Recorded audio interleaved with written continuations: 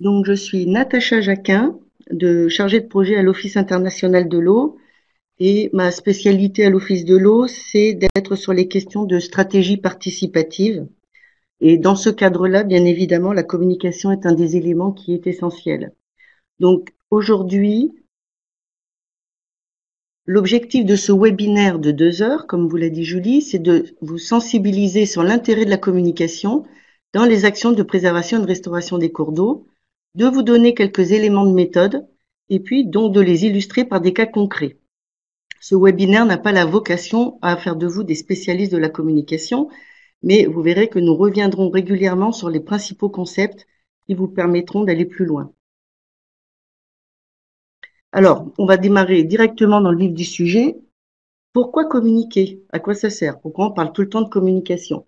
Alors en fait, l'intérêt de communiquer principal, c'est d'augmenter la sensibilisation du public, de faciliter l'acceptation des actions auprès des parties prenantes, de rendre transparents les processus de décision, de prévenir les malentendus et les conflits, et puis quelque chose qui est très important quand même, c'est de faire monter en compétence le public, ce que l'on peut appeler dans un jargon l'apprentissage social. Et alors, chose très importante, vous verrez tout au long de cette présentation, je vous ai mis des petits points d'exclamation avec une petite phrase encadrée. En fait, c'est mes messages clés, les choses que je veux vous faire passer. Premier message clé, la communication n'est pas un objectif en soi. Elle doit servir un projet. Alors, qu'est-ce que l'on peut attendre de la communication? Faire savoir, faire adhérer, faire connaître, faire agir. Et puis, vous verrez, vous voyez, il y a des interactions, faire savoir pour faire connaître, faire savoir pour faire adhérer, faire connaître pour faire adhérer, faire connaître pour faire agir, faire adhérer pour faire agir. Gardez ça en tête puisque ça peut être des objectifs de communication. Alors, préalable à toute action de communication, il y a des principes fondamentaux qu'on a tendance à oublier dans le feu de l'action. Il y a 4 grandes phases. La première phase, c'est de définir des objectifs, puis de définir la cible à qui on va s'adresser, et enfin le message, de quoi on veut leur parler, de quoi on veut parler à nos cibles. Et enfin, une fois qu'on a défini ces 3 grands principes, on peut commencer à parler des moyens. Alors, objectif, cible, message sont étroitement liés. Donc, c'est difficile de les séparer. Alors, des fois, on commence par la cible et ensuite, on définit l'objectif et nos messages. Ou des fois, on a des objectifs et on identifie les cibles qui répondent à notre objectif. J'insiste sur le fait que la communication se résume trop souvent à une question de moyens. Par exemple, on se dit, je vais réaliser une brochure. En fait, on ne s'est pas posé la question de savoir pourquoi on veut réaliser une brochure, à qui elle s'adresse et surtout quel est le message qu'on va y mettre. Et on arrive au point suivant qui est que pour communiquer efficacement, il faut distinguer le contenu du moyen. Alors, la communication, qu'est-ce que c'est? En fait, elle a différentes formes en fonction de nos objectifs. Vous verrez tout au long de cette présentation, sur le côté gauche, j'ai écrit objectif, cible, message, moyen. Ça vous permettra de vous repérer dans la présentation, mais c'est aussi un moyen, en fait, de vous marteler mon message. On définit les objectifs, les cibles, les messages et les moyens. Donc là, nous sommes sur les objectifs. Donc la communication, elle peut avoir des grands objectifs, dont informer, consulter, faire participer activement ou sensibiliser. Alors les petites flèches, en fait, indiquent que informer et sensibiliser, ce sont principalement des moyens de communication descendants. C'est-à-dire que c'est le syndicat ou la structure qui décide de faire descendre des informations envers les cibles. Consulter, c'est à double sens. On commence à rentrer dans une conversation. Donc consulter, on envoie de l'information et on demande aux gens leur réaction sur cette information qui a été envoyée. Faire participer activement, alors là, on est dans quelque chose de plus horizontal et là, on décide collégialement. Mais tout ça, c'est de la communication. Il y a des émetteurs, des récepteurs et des émetteurs et des récepteurs qui peuvent également se mélanger. Les techniques de communication, informer, sensibiliser, consulter ou participer activement sont bien sûr différentes. En tout cas, elles ont des objectifs différents. Alors, par quoi on commence quand on veut communiquer? la première chose, et cette chose qu'il faut que vous gardiez en tête tout au long de vos actions de communication ou de votre plan de communication, c'est qui communique, il dit quoi, c'est le message, à qui, comment, et c'est là qu'on commence à réfléchir sur les supports de communication, et pourquoi et avec quel effet. Alors, dans le jargon français, on appelle ça QQOQCP. Bon, 5W, c'est plus simple, même si c'est anglophone. C'est les 5 why, who, when, and where. Donc, ça vous permet de tout le temps vous dire qui, quoi, quand, comment, pourquoi. Allez, hop, les 5 toujours en tête. Alors ensuite, quand on veut communiquer, c'est parce que, a priori, on a un problème à résoudre. Si on n'a pas de problème, il y a moins d'intérêt de communiquer. Donc, il est important rapidement d'identifier vos objectifs de communication et d'identifier votre problème à résoudre. Alors, là, je vous ai mis quelques problèmes. Alors, bien évidemment qu'il y en a d'autres, c'est pas exhaustif. Donc, problème de notoriété. Je dois me faire connaître ou bien je dois faire connaître mes actions. Problème d'image. Je dois me faire aimer. Je dois faire aimer les actions que je réalise. Problème de dynamique générale. Là, pour le coup, ça va être plutôt, je dois faire accepter la réalisation de certaines actions. Alors, moi, je suis pas une experte de la restauration des rivières, mais j'imagine que là, le problème principal, c'est comment je fais accepter, par exemple, l'effacement de certains seuils.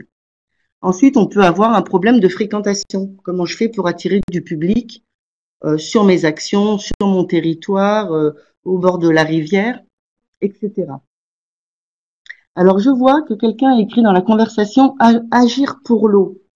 Alors ça, c'est un message. C'est un message. Est-ce que c'est un objectif? Ça, c'est la question qu'il va falloir arriver à démêler lorsque vous mettrez en place une action de communication.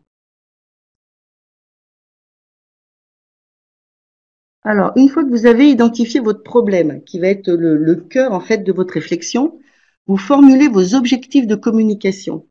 Et pour formuler des objectifs, la première chose, c'est qu'on se pose des questions. De toute façon, quand même, ce qui est toujours intéressant, c'est de se poser des questions. Ça évite de faire les choses sans savoir pourquoi on les fait. Donc, question à se poser. Quel résultat voulez-vous atteindre avec la communication sur le projet ou sur l'action? Quels sont les objectifs de communication? Et l'idée, c'est de les formuler de manière smart. Alors, je vous ai mis à côté avec des petits carrés, comme si vous aviez une checklist et puis que vous alliez vérifier. Alors, il doit être spécifique, l'objectif, c'est-à-dire clairement délimité. Agir sur l'eau, par exemple, est-ce que c'est spécifique? C'est peut-être un peu général. Mesurable, possibilité de vérifier a posteriori qu'ils ont été atteints. Il sous-entend qu'on a défini des indicateurs au préalable. Acceptable, c'est-à-dire atteignable. Réaliste, compte tenu de vos moyens et de vos possibilités, et défini dans le temps. Alors, on va prendre un petit exemple. Par exemple, imaginons votre objectif de communication, c'est de dire « Je veux avoir 50 000 visites sur mon site d'ici la fin de l'année ». Spécifique, oui, c'est spécifique. Mesurable, bah oui, c'est mesurable parce que vous allez compter les 50 000 personnes qui vont venir sur votre site. Est-ce que c'est acceptable, c'est-à-dire atteignable? Eh bien, non, en fait. Avoir 50 000 personnes qui viennent sur votre site d'ici la fin de l'année, c'est pas très atteignable et c'est pas tellement réaliste, sauf si vous avez une armée de communicants qui va pouvoir faire plein d'actions tout le temps. Donc attention à ne pas se mettre des objectifs irréalisables. Et temporels, j'ai dit avoir 50 000 visites sur le site d'ici la fin de l'année. Si vous ne mettez pas d'ici la fin de l'année, si c'est 50 000 visites, vous n'avez pas de moyen non plus de savoir si vous avez atteint votre objectif. Donc, après, à faire, donc identifier les buts à atteindre, formuler vos objectifs et déterminer vos indicateurs qui vous permettront de déterminer si vous avez atteint vos objectifs. Ensuite, une fois qu'on a identifié notre problème et notre objectif, on peut se poser la question de à qui je m'adresse. Donc, question à se poser, quels sont les différents groupes cibles? Est-ce que tous les groupes cibles sont homogènes? Alors, qu'est-ce que ça veut dire par là? Ça veut dire qu'en fait, par rapport à mon problème à régler, est-ce que j'ai un groupe cible, est-ce que j'ai des sous-groupes? Par exemple, si je prends l'exemple de l'effacement des seuils, le groupe cible, on va dire, c'est les propriétaires riverains. Est-ce qu'on peut le subdiviser? On peut imaginer, il y a les propriétaires riverains qui sont très au clair avec cette question-là et qui ne poseront pas de problème pour vous laisser mettre en œuvre vos actions, mais on peut avoir un sous-groupe de propriétaires riverains qui est contre complètement et puis qui va saper votre action. Ou alors vous pouvez avoir un troisième groupe qui serait, je sais pas, les associations de pêcheurs qui vous permettront aussi d'atteindre vos cibles. Donc en fait, il faut bien définir qui sont vos cibles et ce que vous pouvez les subdiviser. Ensuite, quelles sont les conséquences du projet pour les différents groupes cibles? Et autre question très importante, c'est qu'est-ce que vous attendez de ces groupes cibles? C'est-à-dire, quand vous allez mettre en œuvre votre action de communication, demandez-vous, par groupe cible, qu'est-ce que vous voulez? Est-ce que vous voulez qu'ils soient informés de l'existence du projet? Est-ce que vous voulez qu'ils comprennent le projet? Est-ce que vous voulez qu'ils soient convaincus de la valeur ajoutée du projet? Est-ce que vous voulez qu'ils collaborent au projet? Qu'ils convainquent les autres de la nécessité du projet? En fait, tout ça, c'est quel comportement, quel changement de comportement vous attendez grâce à l'action de communication. Et enfin, connaître le principal souci ou les principales barrières qui vont gêner la mise en œuvre de votre projet, c'est toujours utile pour savoir comment, par quel angle en fait vous allez parler de votre action. Alors, petit point d'attention, le message à retenir, c'est prendre le temps d'analyser les différents groupes cibles. Alors, on va faire le petit exercice ensemble. Alors, on avait comme exemple communiquer sur l'effacement d'un seuil. Objectif de communication, faire accepter le programme d'effacement de seuil sur la rivière X ou Y d'ici 2021. Alors, je vais vous mettre un petit écran, vous allez pouvoir écrire. L'idée, là, en fait, c'est pas d'être juste, hein, c'est juste de savoir si vous avez une idée par rapport à cet objectif de communication, si vous savez quels seraient les groupes cibles, à qui vous voulez vous adresser, et puis est-ce que vous savez quelles questions ils peuvent se poser, ces gens-là. Donc, on vous laisse 2-3 minutes pour écrire quels sont vos groupes cibles et quelles sont les questions qu'ils se posent, toujours en lien avec mon objectif qui est je veux faire accepter mon programme d'effacement.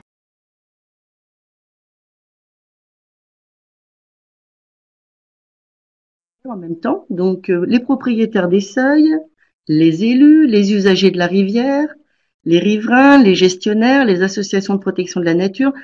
Ce que je peux vous proposer pour aller plus loin, c'est peut-être de ne pas réécrire quand déjà la proposition a été faite. Essayez d'incrémenter et d'enrichir, ce qui vous permettra de faire vraiment le tour de la question.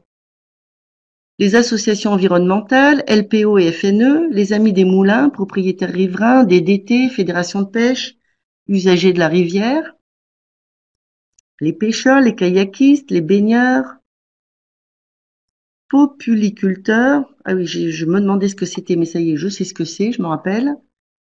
Voilà. Donc, quelles sont les questions qui se posent? Déstabilisation des berges, coût, destruction du patrimoine, valeur du bâti, mobilisation du paysage.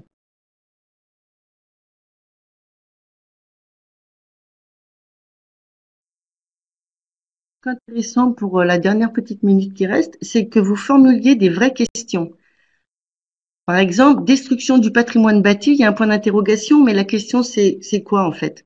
Ils ont peur de la destruction ou ils souhaitent la destruction? Essayez de poser des questions précises, juste pour vous habituer à faire ça.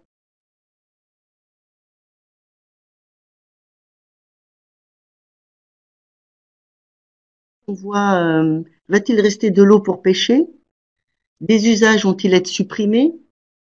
Voilà, ça ce sont des questions. Comment va évoluer la rivière? Mon terrain va-t-il perdre de la valeur? Ah oui, ça doit être une question que les propriétaires se posent certainement. La destruction du seuil aura-t-elle un effet sur les inondations?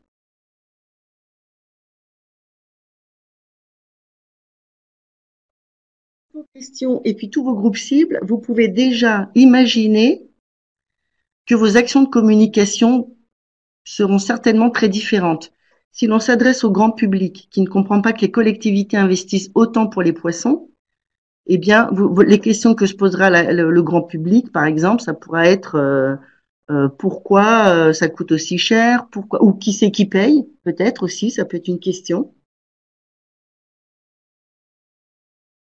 Dis donc, vous êtes prolixe. Pourquoi mon seuil et pas celui du voisin? Est-ce que cela va impacter l'usage agricole de ma parcelle? Très bien. Voilà. Donc ça, c'est un exercice qu'il faut que vous vous posiez. Donc je vois que vous êtes toujours en train d'écrire, mais on va arrêter l'exercice pour avancer, si vous en êtes d'accord. Je voudrais pas vous couper dans votre élan, mais je vais changer d'écran. Merci. Je vois que l'arasement de l'ouvrage risque-t-il d'aggraver la progression des des quoi? Espace, d'accord, ok. Espèces, pardon. Très bien. Merci. Donc, je vais revenir sur ma présentation si je ne frustre pas les intervenants, les participants. Alors, j'ai fait un petit exemple qui va vous sembler peut-être un peu idiot parce que je suis pas une experte de ces questions-là, mais je me suis dit voilà, pour voir quel type de questions on peut se poser. Exemple, toujours mon objectif, faire accepter le programme d'effacement des seuils sur la rivière d'ici 2021. J'ai choisi le groupe cible propriétaire de moulins, mais ça pourrait être tout n'importe lequel de vos groupes cibles. Question qu'il se pose, pourquoi effacer des seuils? Combien ça coûte? Qu'est-ce que j'y gagne? Pourquoi faire table rase du passé? Quelles contraintes ou quelles gênes ça va entraîner? Et ensuite, une fois que vous avez fait cette question-là, vous pouvez rajouter une colonne qui serait quelles sont les questions que j'ai envie de leur poser. Donc, pourquoi effacer un seuil? Connaissez-vous l'intérêt d'effacer un seuil? Combien ça coûte? Savez-vous qui finance? Quelles économies cela peut entraîner? Qu'est-ce que j'y gagne? Qu'est-ce que vous, la rivière, les loisirs y gagnent, etc. Et pourquoi c'est intéressant d'écrire en face de leurs questions qu'ils se posent, les questions que vous voulez leur poser, parce qu'en fait, ça vous permet de définir un angle de votre communication. C'est-à-dire, parler de l'effacement des seuils, j'en parle comment? J'en parle d'un point de vue financier, j'en parle d'un point de vue d'un intérêt pour le propriétaire, j'en parle d'un point de vue de l'intérêt pour la rivière. Et donc, ça vous permet comme ça de définir tous vos sujets de communication et éventuellement de savoir, de garder un petit mémo, qu'est-ce qui pourrait les aider à comprendre, enfin, voilà, à comprendre leur questionnement. Cette, ce moment de définition de vos actions de communication est important parce que autant il est question, autant ça vous donne des angles de communication différents. Donc moi j'ai fini pour cette première partie qui concernait en fait les objectifs et les cibles. Clémence donc va vous présenter un cas concret. Donc bonjour à tous. Pour ceux qui m'ont pas entendu tout à l'heure, je me présente Clémence Vec, qui travaille au parc du Morvan, actuellement chargée de mission Natura 2000. Et quand il existait, j'étais chargée de mission sur le projet LIFE Continuité écologique. Donc pour me mettre un tout petit peu dans le contexte, je vais vous présenter le projet LIFE. Donc c'est un projet qui a eu lieu pendant de 2011 à 2017. En partenariat avec le parc des Ballons des Vosges. Les espèces qui étaient ciblées sur ce projet, c'était par exemple l'écrevisse à pied blanc, la mulette épaisse ou encore la moule perlière.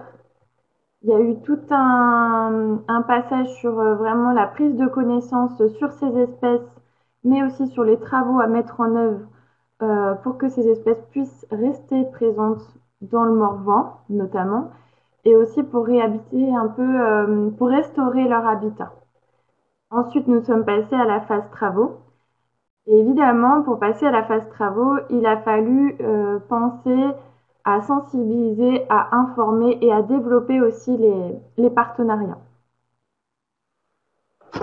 Donc pourquoi on a sensibilisé et communiqué? Voilà, c'est essentiellement pour ça, c'est pour faire connaître pourquoi on fait ces travaux, ces espèces cibles, quelles sont les espèces, de quoi ils ont besoin, et aussi parce que quand on a fait comprendre ce qu'on voulait mettre en place, on a eu énormément de réticences et des gros levées de boucliers. Du coup, voilà, je vais vous présenter 3 outils que nous, on a utilisés dans le cadre du projet. Alors, on en a utilisé d'autres. Si vous avez des questions, je vous envoie vers le site internet du projet Life Continuité écologique. Et là, vous aurez l'occasion de voir tous les outils qui ont été mis en place dans le cadre du projet.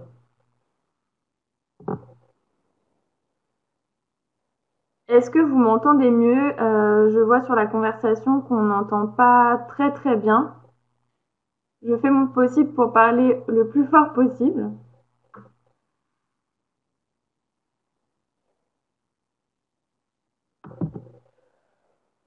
Ok, bon bah parfait, je continue alors. Donc le premier outil que je vais vous présenter, c'est la bande dessinée qui s'appelle L'Os la raconte. Alors c'est une bande dessinée qui fait 45 pages, qui est assez humoriste, voilà. Il y a 5 chapitres. Un chapitre, ça va correspondre à un axe de travaux en faveur de la continuité écologique qu'on a mis en place. Donc, par exemple, des travaux sur des gros ouvrages hydrauliques ou sur des petits ouvrages type buse. Un autre chapitre avec un cadre plutôt forestier et un autre avec un cadre très agricole. Les objectifs, donc c'était de sensibiliser essentiellement dans les écoles. La cible, ça a été le cycle 3. Alors le cycle 3, c'est en fait les CM1, les CM2 et les classes de 6e.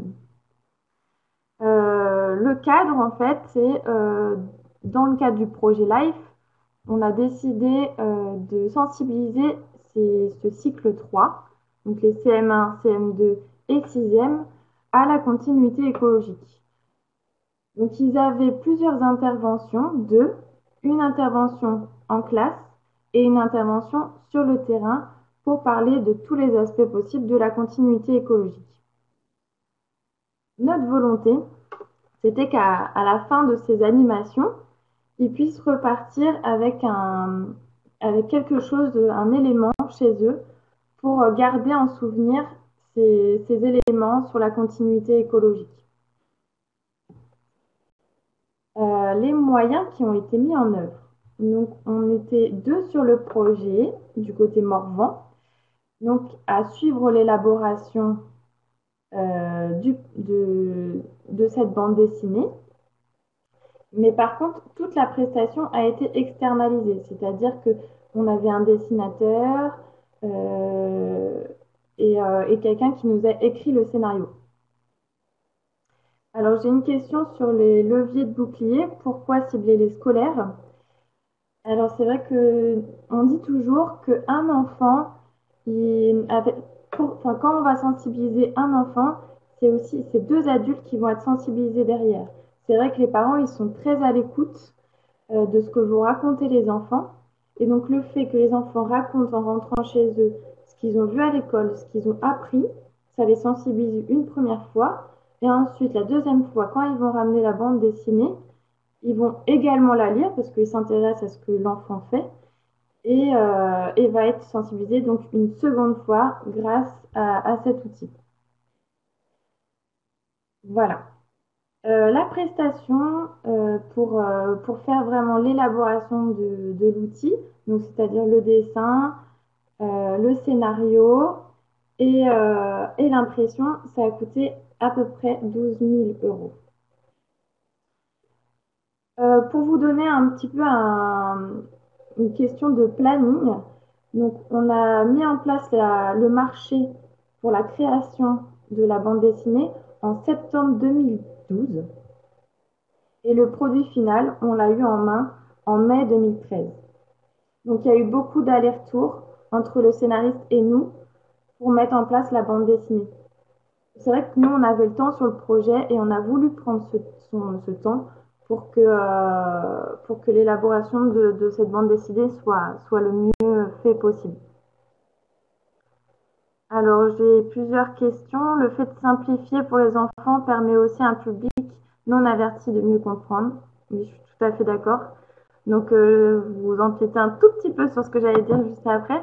Donc, dans le résultat, c'est vrai que nous, on l'a ciblé pour des enfants.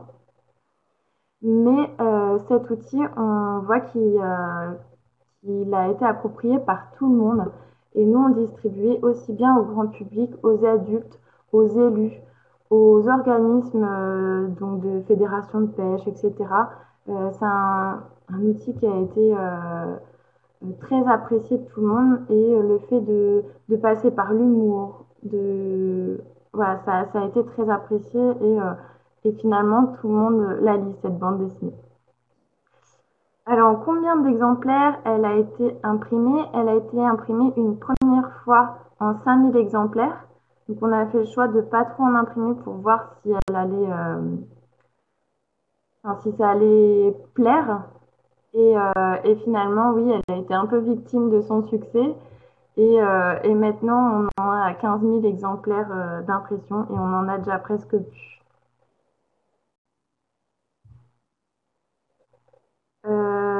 Donc sur le temps de réalisation, je pense avoir répondu. Nous, on a mis à peu près 1 an pour la faire. Et voilà. Donc sur l'élaboration, donc le déroulement de l'élaboration de la bande dessinée, nous, on a décidé de mettre en place un comité de pilotage. Donc avec nos financeurs, l'agence de l'eau notamment, la région, etc. Et aussi quelques élus, notre chargée de mission éducation à l'environnement et au développement durable ici au parc, pour voir si voilà, on avait besoin de toutes ces compétences pour mettre en place le projet. Il y a eu une première réunion sur la démarche, qu'est-ce qu'on attendait du prestataire et du scénariste. Et ensuite, on a eu énormément d'allers-retours entre les deux pour vraiment voir les derniers petits détails, que ça froisse personne sur les éléments qui sont dits, etc. Sur les points négatifs, c'est que, outre le fait de d'écrire la bande dessinée, même si elle est très jolie, etc., c'est qu'il faut la faire connaître. Donc ça demande beaucoup de temps. Nous, on a pris le parti de payer un publipostage. Donc ça a été envoyé à toutes les écoles et tous les collèges de la région Bourgogne. Ça a été envoyé aussi dans toutes les bibliothèques et dans les mairies des deux sites, donc du Morvan et des Ballons des Vosges. Après, on a fait aussi beaucoup de pubs grâce à des communiqués de presse, sur des sites internet, etc. On l'a amené beaucoup sur des stands aussi, parce que c'est vrai qu'elle interpelle, elle est jolie, donc elle interpelle sur les stands. Voilà comment on s'est fait connaître. Autre petit point négatif, c'est que c'est assez coûteux. Vous avez vu juste l'élaboration de la bande dessinée, ça a été 12 000 euros. Donc, on vous a mis trois cadres de conversation. Vous pouvez poser vos questions donc sur l'exemple de la bande dessinée qui vient de vous être présentée. Si vous avez des questions sur les objectifs ou sur les cibles, on va se prendre 5-10 minutes grand maximum pour les traiter. Alors j'ai vu dans le fil de conversation précédent une question de Amandine. Est-ce que la bande dessinée est distribuée gratuitement ou elle est payante? Elle est distribuée gratuitement, ce qui fait... c'est aussi un des objectifs d'un projet live, c'est que tous les outils soient distribués gratuitement. C'est une volonté de leur part. Alors, pourquoi le choix de la BD? Parce que c'est un outil qui est facile à lire, qu'on peut lire au coin de la cheminée le soir, qui peut être lu par tout type de public finalement. C'est vrai qu'on a ciblé les cycles 3 et pour nous, c'était un format pour les enfants assez rapide à lire, rigolo et c'était pas un gros livre. Voilà. Pour l'écriture du scénario, alors on est une collectivité, donc on est soumis à marché public. Donc on a fait appel à un auteur de bande dessinée. Mais c'est vrai que c'était un appel d'offres ouvert à tous. Comment avez-vous mesuré l'atteinte de vos objectifs, le nombre d'envois? Alors on a fait, nous, alors je pourrais pas vous répondre très précisément parce que c'est pas moi qui ai fait le travail, j'étais pas encore là, donc c'est vrai que c'est une question que je me suis pas forcément posée. Et sur le nombre d'envois, je sais qu'on avait fait un mail list, enfin pas un mail list, mais une liste des adresses postales auxquelles on devait envoyer, ce qui a fait que c'est comme ça qu'on a fait aussi notre budget prévisionnel, pardon. Et après, sur la mesure des atteintes, là, je ne pourrais pas vous répondre, je suis désolée. Est-ce que les enfants ont apprécié le format et ont été réceptifs au sujet de la continuité écologique? Ils ont adoré. C'est vrai qu'après, nous, on essaie de passer toujours par le côté positif des choses. Donc, les animations, en fait, elles sont basées sur déjà connaître la rivière. Donc, on les laisse dans un premier temps, appréhender la rivière, se poser, dessiner un peu ce qu'ils appellent eux la rivière. Donc comme ça permet de mettre aussi les bases en place sur les berges. La rivière, c'est pas que l'eau, il y a les berges, il y a la ripisylve, il y a tout ça. Et, euh, et ensuite, c'est aussi faire connaître les petites, euh, les petites bêtes qui habitent dans la rivière. Et, euh, et voilà. Nous avons fait un sondage après pour en connaître les usages et avons estimé le nombre d'enfants touchés par la BD. Très bonne solution. Alors pour les agriculteurs, non, on n'a pas de retour sur la lecture de la BD.